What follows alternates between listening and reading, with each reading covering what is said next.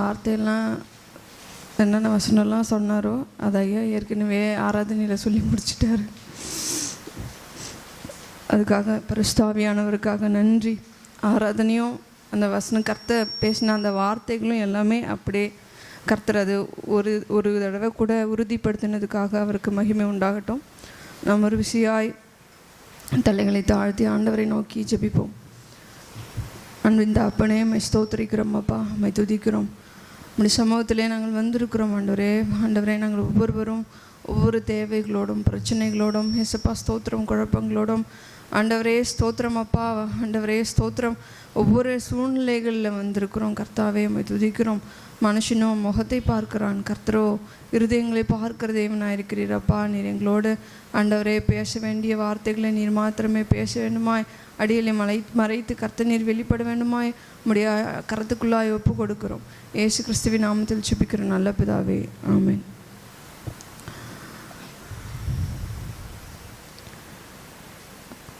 கொடுத்ததான தலைப்பு கர்த்தருடைய தயவு.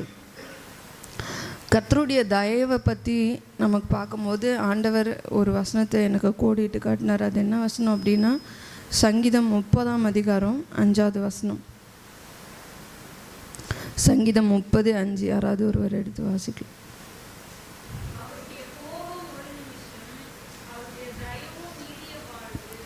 ஆமென், ஆமென்.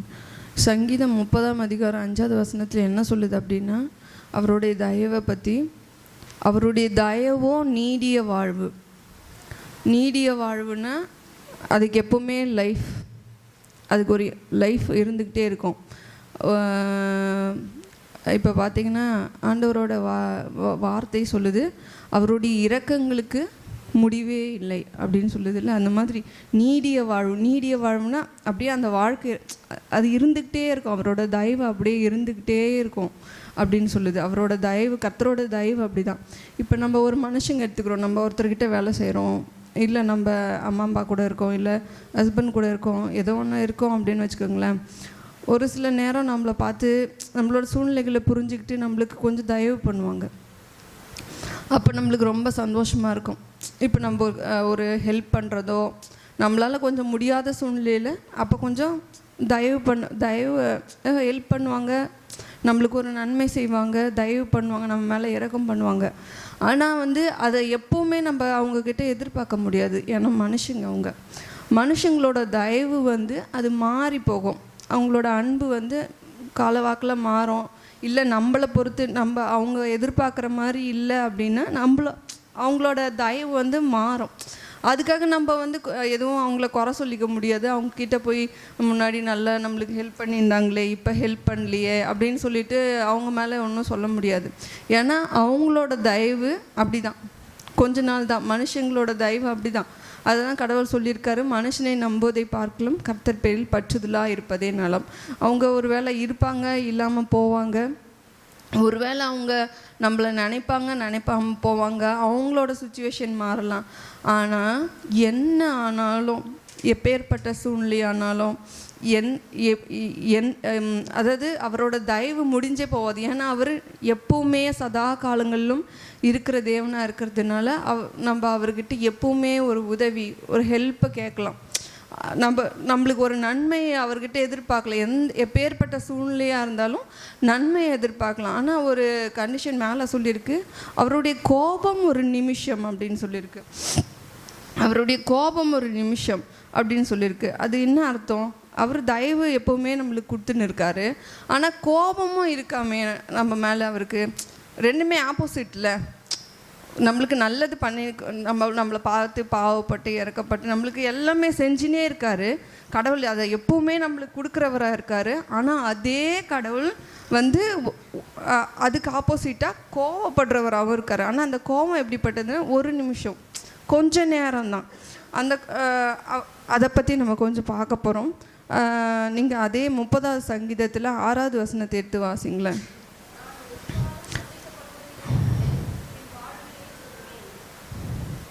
நான் ஒரு காலம் அசைக்கப்படுவதில்லை என்று என் வாழ்வில் சொன்னேன். நம்ம நினச்சின்னு இருப்போம், நம்மளுக்கு எல்லாமே இருக்குது, நம்ம நம்ம படிச்சிருக்கோம், இல்லை நம்ம ஹஸ்பண்ட் நம்மளை நல்லா பார்த்துக்குறாங்க, நம்மளுக்கு நல்ல ஹெல்த்தியாக இருக்குது, நம்ம ஓடியாரோம், அதனால தான் நம்ம இருக்கோம் அப்படி ஒரு சில நம்மளோட உலக பிரகாரமான இந்த ஒரு பெருமை இருக்கும். நம்மளுக்கே தெரியாமல் நம்மள ஏதோ ஒன்றுத்தில் ஒரு நம்பிக்கை வச்சுருப்போம். சில நேரம் பார்த்தா ஆவிக்குரிய பெருமை இருக்கும். நம்ம நல்லா ஜெபிக்கிறோம், நம்ம நல்லா வேதம் வாசிக்கிறோம், பரவாயில்ல நம்மளுக்கு நல்ல குணம்லாம் இருக்குது, அதனால தான் ஏசப்பா வந்து நம்ம வந்து மற்றவங்கள விட நல்லா இருக்கோம், ஆசீர்வாதமாக இருக்கோம் அப்படின்னு சொல்லி. ஆனால் ஆக்சுவலாக பார்த்தா நம்ம வந்து அதனால் நிற்கலை. நான் நினச்சிருந்தேன் என்னோட இதுவால் தான் அப்படின்னு நான் திடமாக நிற்கிறேன்னு நினச்சிருந்தேன். ஆனால் வந்து அடுத்த வசனம் வாசிச்சிங்கன்னா,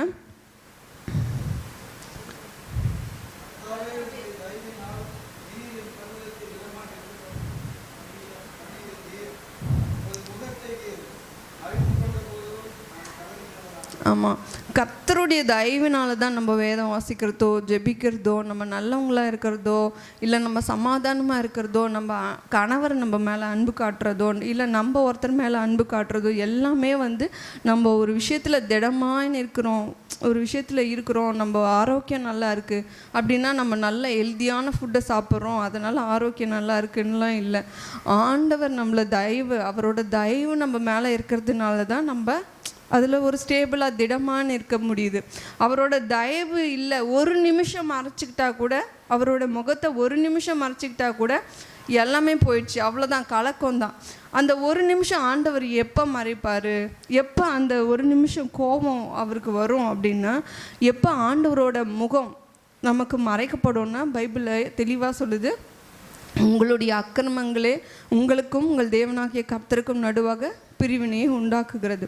அப்போ ஆண்டவரோட தயவு நம்ம வாழ்க்கையில் எப்பவுமே இருக்கும். அவர் நமக்கு நன்மை செய்யவே விரும்புகிறாரு, ஆசீர்வதிக்கவே விரும்புகிறாரு, நம்மளை உயர்த்தவே விரும்புகிறாரு, பிசாசுலேருந்து நம்மளை பாதுகாக்கவே விரும்புகிறாரு. மற்றவங்கள விட, அப்பா அம்மாவை விட, ஃப்ரெண்ட்ஸை விட ரொம்ப அக்கறையாக நம்மளை பார்த்துக்க அவர் விருப்பம். அவரோட தயவு இருந்துக்கிட்டே இருக்குது. நீங்கள் போய் ஆண்டவர்கிட்ட போய் எனக்கு ப்ரமோஷன் தாங்கன்னு கேட்கணுன்னு ஒரு அவசியமே இல்லை. அவர் ஏற்கனவே அதை ஆசைப்பட்டுன்னு இருக்கார், உங்களுக்கு கொடுக்கறதுக்கு தான் ஆசைப்பட்டுன்னு இருக்கார். எனக்கு ஒரு வேலை கொடுங்க ஏசப்பா அப்படின்னு போய் அவர்கிட்ட போகிறன்னு அவர் ஏற்கனவே உங்களுக்கு அதை பண்ணணுன்னு அவருக்கு ஆசை. அவருக்கு அதுதான் ஆசை. தயவு என்னன்னா நன்மை செய்யணும்னு ஒரு ஆசை, அது அவருக்கு விருப்பம். அது வந்து எப்பவுமே இருக்குது ஆண்டவர்கிட்ட. ஆனால் வந்து அவரோட கோபமும் சில வேலையில் இருக்குது. அப்போ வந்து என்ன ஆகும் அப்படின்னா, நமக்கும் அவருக்கும் ஒரு பிரிவினை உண்டாகும். அப்போ அவரோட பிரசன்னத்தை நம்மளால் உணர முடியாது. அந்த சூழ்நிலைகளில் அவரோட தயவு நம்மளுக்கு கிடைக்காம போகும். அதை பற்றி பார்த்தீங்க அப்படின்னா, ஓசியா 14ஆம் அதிகாரம் 1ஆம் வசனம் வாசிக்கும். 1, 2.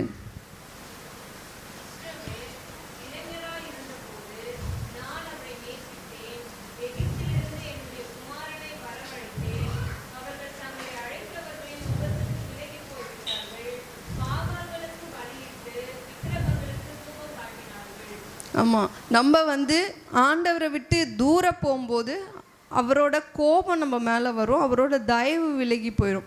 அப்போ நம்ம வந்து தயவு விலகி போயிடுச்சு அப்படின்னா அவ்வளோதான். கர்த்தரோட கோபம் நம்ம மேலே இருந்ததுன்னா நம்ம கலங்கி தான் போவோம். அந்த விஷயத்தில் நீங்கள் ஈஸியாக புரிஞ்சுக்கலாம். நீங்கள் வந்து எப்போவுமே வந்து ஒரு விஷயத்தை நல்லா புரிஞ்சுக்கணும், ஆண்டவரோட பிரச்சனை எப்போவுமே நம்ம கூட இருக்கா அப்படின்னு சொல்லி. ஆண்டவர் ஒரு வேளை நம்மளோட ஏதோ ஒரு கனெக்ஷன் விட்டு போகிற மாதிரி இருக்கா, அவரோட முகம் நம்மளுக்கு மறைஞ்சிருக்கா அப்படின்னா நீங்கள் வந்து சாதாரணமாக அதை எடுத்துக்கூடாது. ஏதோ ஒரு காரியம் ஆண்டவருக்கும் உங்களுக்கும் நடுவாக பிரிவினையாக இருக்குது. அது எது வேணால் இருக்கலாம், சின்ன விஷயமா இருக்கலாம், இல்லை பெரிய விஷயமா இருக்கலாம். அது வந்து என்ன பண்ணோம் அப்படின்னா, அவரோட தயவை கொஞ்சம் நம்மளுக்கு ஒரு ஆசீர்வாதம் வர்றதுக்கு தடையாக இருக்கலாம், ஒரு உயர்வு வர்றதுக்கு தடையாக இருக்கலாம், ஒரு நன்மை வர்றதுக்கு தடையாக இருக்கலாம். மற்றதெல்லாம் நம்ம நல்லா போயினே இருப்போம். வின்சென்ட் அங்கிள் மெசேஜ் கேட்கும்போது அவங்க சொல்லியிருக்காங்க, அதாவது ஒரு ஃபேன் வந்து சுத்துமா, நல்லா சுத்துமா, அது ஆஃப் பண்ணிட்டா கூட அது சுற்றுற வேகத்துலேயே அப்படியே கொஞ்சம் நேரம் சுற்றும் பாருங்க. அது மாதிரி நம்ம என்ன பண்ணுவோம், நல்லா தான் இருக்குது, எல்லாமே நல்லா தான் இருக்குதுன்னு சொல்லி நம்ம ஏமாந்து போகக்கூடாது. எப்போ ஆண்டவரோட பிரச்சனை நம்மளை விட்டு விலகுதோ அப்போ ஆண்டவர் நம்ம மேலே கோச்சிக்கிட்டு இருக்காரு, நம்ம மேலே கொஞ்சம் கோபமாக இருக்காருன்னு அர்த்தம். அப்போ வந்து ஆண்டவரோட தயவு கொஞ்சம் கிடைக்காம போகணும், சில ஆசீர்வாதங்கள் தடைப்படும், சில நன்மைகள் தடைப்படும். அப்போ நம்மள ஆராய்ஞ்சு பார்க்கணும். அப்போ ஆண்டவர்கிட்ட அந்த சமயத்தில் எப்படி நம்ம தேடணும், என்ன பண்ணணும் அப்படின்னு சொல்லிட்டு ஒரு 3 விஷயத்தை நம்ம பார்க்க போகிறோம். அதே ஓசியா 14ஆம் அதிகாரம் 3, 4, 5 வாசிங்க.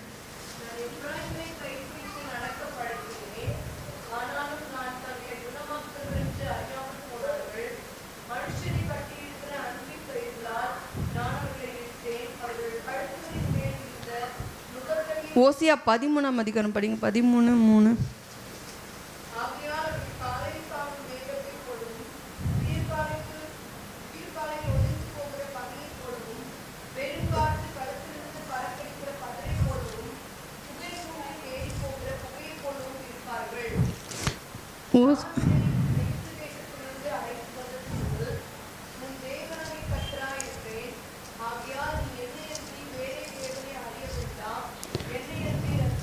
ரெஃபரன்ஸ் தப்பாக இருக்குது. அதில் அந்த ஓசியாவில் வந்து அந்த அதிகாரம் எனக்கு கரெக்டாக தெரில. அதில் என்ன சொல்லுது அப்படின்னா, நீங்கள் வந்து கர்த்தரை விட்டு தூரமாக இருக்கும்போது அவரோட வார்த்தைகளை கொண்டு கர்த்தர் இடத்துல திரும்பணும் அப்படின்னு சொல்லுது. ஃபஸ்ட்டு வந்து ஓசியா 14 அந்த வசனம் வாசிங்க.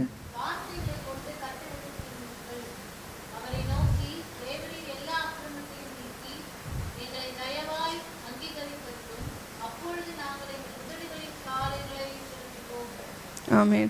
அதில் வந்து சொல்லியிருக்கு, நம்ம வந்து இந்த மாதிரி ஆண்டவரோட பிரச்சனை நம்ம விட்டு தூரமாக இருக்குது, கொஞ்சம் நம்ம தள்ளி இருக்கோம், அவரோட தயவு கொஞ்சம் குறையுது அப்படின்னா ஃபஸ்ட்டு நம்ம என்ன செய்யணும் அப்படின்னா, போய் நம்ம ஒருத்தர்கிட்ட சண்டை போட்டோன்னா என்ன பண்ணுவோம், போயிட்டு ஃபஸ்ட்டு அப்படியே பேசாமல் அது கண்டுக்காமல் மறைச்சி சும்மா அந்த விஷயத்த மட்டும் மறைச்சிட்டு மற்ற விஷயத்தெல்லாம் அவங்கக்கிட்ட பேசினே இருந்தோம்னா அது மனசில் அது ஒன்று இருந்துக்கிட்டே இருக்கும், பின்னாடி அது ஒன்று இருந்துக்கிட்டே இருக்கும். அதை வந்து அப்படி தள்ளி வச்சிடக்கூடாது. ஆண்டவருக்கும் நமக்கும் நடுவாக ஏதோ ஒன்று இருக்கா, உடனே வந்து என்ன பண்ணோம் அப்படின்னா வார்த்தையில் போய் ஆண்டவர்கிட்ட சொல்லணும், ஆண்டவரே இந்த மாதிரி ஏதோ ஒன்று உமக்கும் எனக்கும் நடுவாக இருக்கே, ஏதோ ஒன்று பிரிக்கிற மாதிரி இருக்கே, அதை நம்ம விட்டு கொடுத்துடக்கூடாது. இது தானே கொஞ்சம் ஜபம் தானே தள்ளி போகுது, கொஞ்சம் வேத வாசிப்பு தானே தள்ளி போகுது, கொஞ்சம் தானே ஜெபிக்க முடியல, கொஞ்சம் தானே நம்மளுக்கு அப்படியே பைபிள் மேலே அக்கறை இல்லாமல் போகுது, மற்றது செல்லு பார்க்குறதுக்கு கொஞ்சம் ஆசை, அது பைபிளை தள்ளி வச்சுட்டு செல்லை பார்க்குறதுக்கு நம்மளுக்கு ஆசை வருது, கொஞ்சம் தானே நம்ம ஃப்ரெண்ட்ஸை நிறைய நேசிக்கிறோம், அவங்க கூட கொஞ்சம் ஆண்டவரை விட ஃப்ரெண்ட்ஸ் கூட கொஞ்சம் நேரம் தானே அதிகமாக டைம் பண்ணுறோம், இல்லை கொஞ்சம் நேரம் தானே அந்த செல்லு அந்த ஃபேஸ்புக்கு அந்த இதுவெல்லாம் நான் கொஞ்சம் அந்த சோஷியல் மீடியாலாம் கொஞ்சம் நேரம் தானே பார்க்குறோம் அப்படின்னு விட்டுறக்கூடாது. உங்களுக்கே தெரியும், பரிசுத்த ஆவியானவர் உங்களை உணர்த்துவார், அவரோட பிரச்சனத்தை குறையிறது உங்களால் தெளிவாக உணர முடியும். அப்போ வந்து ஃபஸ்ட்டு ஸ்டெப்பு நம்ம போய் என்ன செய்யணும் அப்படின்னா, ஃபஸ்ட்டு போய் அவர்கிட்ட பேசணும், மனம் விட்டு பேசணும். ஏசப்பா நீங்கள் எதுக்கோ உமக்கும் எனக்கும் ஏதோ நடுவில் ஏதோ இருக்கிற மாதிரி இருக்குது, நான் ஏதோ தப்பு பண்ணிட்டேன், உங்களுக்கு புரியும், அந்த காரியங்களை கர்த்தர் உணர்த்துவார். அப்போ நீங்கள் போய் ஆண்டவர்கிட்ட ஃபஸ்ட்டு அறிக்கை செய்யணும், ஆண்டவரே இது மாதிரி நான் நடந்துக்கிறேன், நான் இது மாதிரி நடந்துக்கூடாது, எனக்கு ஒழுங்காக நடந்துக்கிறதுக்கு பலன் தாங்க, உங்கள் பிரச்சனை எனக்கு குறையுது, நான் மனுஷங்க ஆண்டவர் கைவிட்டால் என்ன ஆகும் அப்படின்னா கலங்கி போவோம், மனுஷங்க முன்னாடி வெக்கப்பட்டு போவோம். ஏன்னா நம்ம எப்படிப்பட்டவங்க அப்படின்னா திக்கற்றவர்கள். ஒவ்வொருவரும் பார்த்திங்கன்னா நம்மளுக்கு ஃப்ரெண்ட்ஸ் இருக்கலாம், ஃபேமிலி இருக்கலாம், இல்லை நம்மக்கிட்ட பலன் இருக்கலாம், ஆனால் அதெல்லாம் எல்லா வேலையிலையும் நம்மளுக்கு உதவி செய்யாது. நம்மளுக்கு எல்லா வேலையிலையும் நம்மளுக்கு ஆதரவாக இருக்கிறது என்னென்னா ஆண்டவர் தான். நான் ஒரு நாளும் அதை யோசிப்பேன், நான் ஒரு திக்கற்றவள் அப்படின்னு யோசிப்பேன். ஆண்டவரோட உதவி மட்டும் இல்லை அப்படின்னா ஒன்றுமே நடக்காது. அந்த ஆங்கிளில் பார்த்தோன்னா ஒவ்வொருவரும் வந்து திக்கற்ற. அப்போ ஆண்டவர் ஒரு விஷயத்தை எப்படி கைவிட்டார் அப்படின்னா நம்ம எல்லாருக்கிட்டையும் போய் எல்லார் காலையும் போய் விழ வேண்டியது தான். சங்கீதம் சொல்லுது, ஒரு வசனம் சொல்லுது, மனுஷர்கள் நீங்கள் மட்டும் என்னை கைவிட்டீங்கன்னா மனுஷர்கள் என்னை உயிரோடே விழுங்குவாங்களாம். அப்படியே அந்தளவுக்கு மனுஷங்க வந்து இருக்காங்க, அப்படியே உயிரோடே விழுங்குற மாதிரி மனுஷங்க இருக்காங்க. அப்போ ஆண்டவரோட தயவு நம்மளோட வாழ்க்கையை விட்டு போச்சு அப்படின்னா பிசாசு ஒரு பக்கம், மனுஷங்க ஒரு பக்கம், எப்போ நம்மளை இது பண்ணலாம் அப்படின்னு நம்மளுக்கு ஆதரவு துணையாக இருக்கிறது எதுன்னா ஆண்டவர் தான். ஆண்டவர் தான். நம்மளையே அப்படியே சாட்டிஸ்ஃபேக்ஷன் பண்ணிக்கக்கூடாது. கரெக்டாக இருக்கோம், நம்ம சரியாக இருக்கோம், கொஞ்சம் தான் மிஸ் ஆகுது, கொஞ்சம் தான் மிஸ் ஆகலை அப்படின்லாம் சாட்டிஸ்ஃபேக்ஷன்லாம் பண்ணிக்கவே கூடாது. எப்போ ஆண்டவர் ஒரு வெறுமையை நம்ம உணர்றோமோ அப்போ ஆண்டவர்கிட்ட போய் வார்த்தையில் ஒப்புரவாகணும். நம்ம எப்படி ஃப்ரெண்ட்ஸ் கிட்ட தப்பு பண்ணிட்டோம் அப்படின்னா வார்த்தையில் போய் நான் இந்த மாதிரி பண்ணிட்டேன்டா, தெரியாமல் பண்ணிட்டேன்டா மச்சான், சாரிடா அப்படின்னு சொல்லிட்டு ஒப்புரவாகிறோம்ல, அப்போ தான் அந்த ரிலேஷன்ஷிப் வந்து திருப்பியும் நம்மளுக்கு இது கிடைக்கும். அப்போ வந்து அவர் என்ன பண்ணுவார் அப்படின்னா அவரே நம்மளோட சீர்கேட்டை வந்து குணமாக்கி நம்மளை மனப்பூர்வமாக, அதாவது எப்பவும் இருக்கிற அந்த தயவை நம்மளுக்கு கொடுப்பார். அதை மனசுலேயே வச்சுக்கிட்டு ஃபஸ்ட்டு மாதிரி ஒரு ஸ்நேகம் நம்மளுக்கு கிடைக்காது, அந்த அன்பு ஆண்டவரோட அன்பு கிடைக்காதுன்னெலாம் இல்லை. அவர் அதை மறந்துட்டு மன்னிச்சுட்டு மனப்பூர்வமாய் ஸ்நேகிப்பார். இது மொதல் ஸ்டெப்பு. ரெண்டாவது ஸ்டெப்பு பார்த்திங்கன்னா யோனா 3ஆம் அதிகாரம் 10வது வசனம் பாருங்கள்.